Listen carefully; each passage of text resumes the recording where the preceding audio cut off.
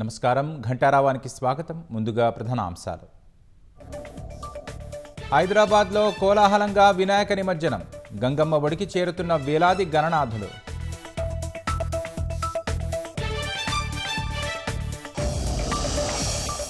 హుస్సేన్ సాగర్కు తరలి వస్తున్న పార్వతీపుత్రుడి విగ్రహాలు.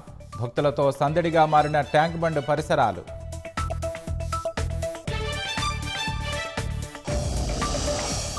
ఈ నెల 15న కామారెడ్డిలో బీసీ డిక్లరేషన్ విజయోత్సవ సభ. నేడు ముఖ్య నేతల సమావేశం, సభాస్థలి పరిశీలన.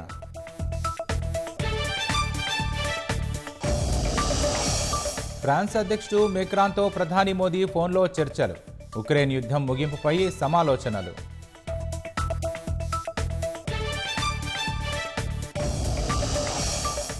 ఇవాళ రాత్రి ప్రపంచవ్యాప్తంగా ఏర్పడనున్న చంద్రగ్రహణం.